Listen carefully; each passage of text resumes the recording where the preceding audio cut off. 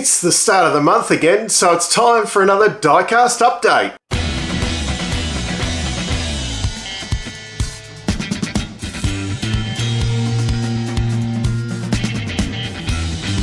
Kicking it off, I've got a new model in the cabinet here. I'm not doing an unboxing and review and that on it because I have done the other three Indy cars and they are all very, very similar. But that is Scott McLaughlin's Freightliner car from his win in Portland last year. There's so many Scott McLaughlin cars with them changing liveries all the time, and because he has actually been quite successful in his exploits over there so far. Yeah, it's nice to have another one of the winning cars there, and yeah, I just thought that livery was really cool, and it is a bit different to the other ones I've got in there, so that one's been added to the collection. I was going to do that one as the unboxing this month, but I had two models turn up the other day, so I want to maybe open the new one first. So yeah, down in the comments, have a guess which one you think it is coming up, because there has been quite a few models out recently. This is one I have been, it's a bit of a historical one, and I've been excited and waiting for this one for quite a while. But we've got quite a few new releases out this month. Well, I'll try and run through them quickly because there has been a lot. The Tickford Racing 100 pole cars have come out. 143, 1/18th and 1/12th scales of those. It is an authentic release model. $99 for the 143rd, $275 for the 1/18th, and $599 for the 1/12th. Not sure how I feel about some of these cars. They're not a proper race livery or anything like that. I'm not going to add these ones to my collection. I can see if you are a massive Tickford fan, I can see why you'd want them in your collection. I just don't think these ones are quite for me. We've got, speaking of Indy cars, we've got McLaughlin 2023, the Good Ranchers car, the Meat Wagon as he calls it. That's the one that won at Barber. There's also a 2021 version of his Dex imaging car from St. Petersburg. It's not that one, the one that won in 2022. It's the 2021 car, which was his debut full-time IndyCar race car. That's what's special about that. Both are 1/18th scale, the same as these, and both are 149.95. And the other new releases coming out this month, the Darwin Indigenous liveries from 2022. We've had the cars from CoolDrive, Walkinshaw Andretti United, Team 18 and Groves. All 7 of them are available in 143 and 1/18th scale at the usual $99 and $275 for those. The Team 18, the 143s aren't out yet, but all the other ones are out in both scales at the moment, and 1/18th for the Team 18 ones. The 143 will be coming very shortly. Now, some announcements for this month. The Diecast Model Expo is coming to Melbourne. This hasn't happened for, I think the last one might have been 2018 actually, because I think there's supposed to be one in 2020. It seems to be every second year, but there was something happened in 2020 that stopped a lot of things around the world. So anyway, I've never been to this because it's always been in other states. This time it is in Melbourne. It's at Tabcorp Park in Melton, 4th and 5th of November. Right at the moment, I'm definitely planning on being there. So unless something else comes up, I will be there. There is some exclusive model cars from the show. I think I have one from previous years that I got from a reseller that was there. I think I only have one. I'll crack it open one day and do a bit of a review on them. But these are models that you can only buy exclusively at the show. If there is any left over that don't get bought on the day, they are offered to some of the retailers, and that's how I got my hands on the previous one. But there's 3 exciting models that have been announced. The first one is the Alan Grice and John Smith 1980 Bathurst Craven Mild VC Commodore. Obviously there isn't, I think it's just got the mild badge on there, no Craven, because we can't have, even though Craven Mild is not a cigarette brand anymore, yeah, you can't have it on the cars. It's a classic collectible one. It's 1/18 for $355. There's 400 of those available, and yeah, pretty cool car. Probably not one I'm going to bother with because I haven't got many cars back in that, and yeah, I've probably got all of the Group C cars that I really want for the collection. I don't want to try and start collecting all of them because yeah, that just adds another level into the... I have enough trouble with these Indy cars. One that this is going to be a hard one to knock back. It's the Triple8 ZB Development Camo Livery one. This is a Bianti one. It will be $299 and limited to 300. This car also is pretty special because with it being the test livery, had both Van Gisbergen and Whincup drive the car. So one side of the car is Van Gisbergen with the 97. The other side of the car is 88 with Jamie Whincup down the side.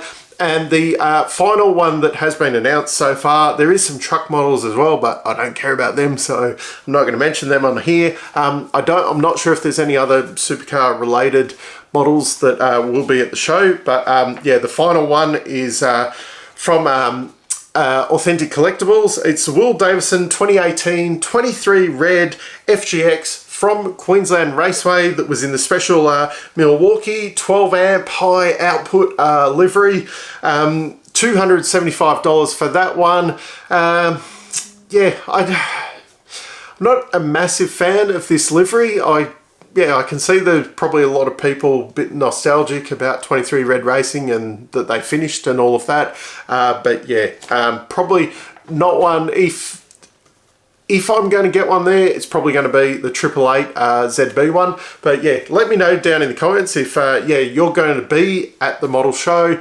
Yeah, and come and say hi if you are coming. And yeah, if you're going to try and grab any of these exclusive show models while you're there. The other announcements from this month, the Bianti is going to bring out the Shane Van Gisbergen Gen 3 first test Red Bull camo livery or whatever, that blue with all the silver sponsor names and whatever on there. 1/18 will be $299 and 143 will be $99. This is expected early next year.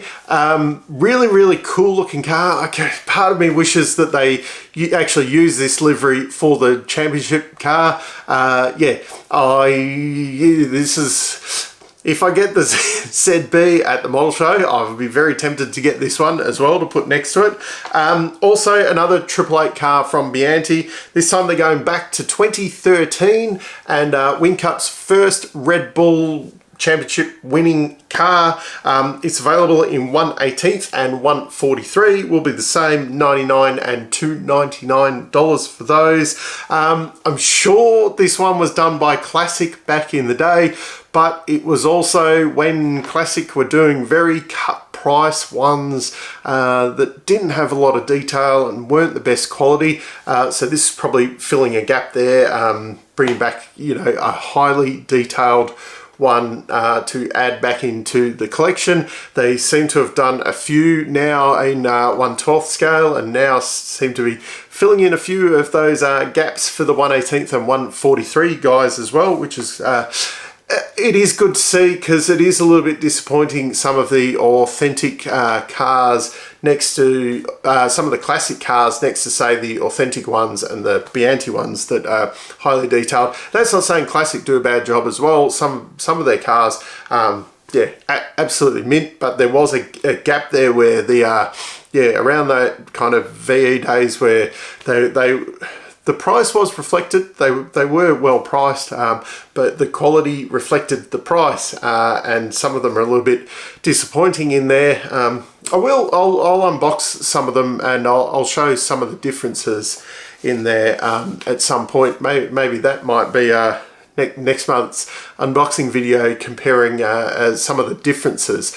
I did a few years ago. I buggered up and actually pre-ordered when Classic and Bianti were doing the same of some of the models, and I actually buggered up and pre-ordered, you know, the same model from each manufacturer, and yeah, it was quite interesting, the differences. I did sell off secondhand the one that I deemed to be inferior, which is, in my opinion, some people have very different opinions on this particular model, which was the better one and which was the worst one. But yeah, that would be quite a good video to do, especially when it was the same model. But I'll flick out some of the ones and just compare.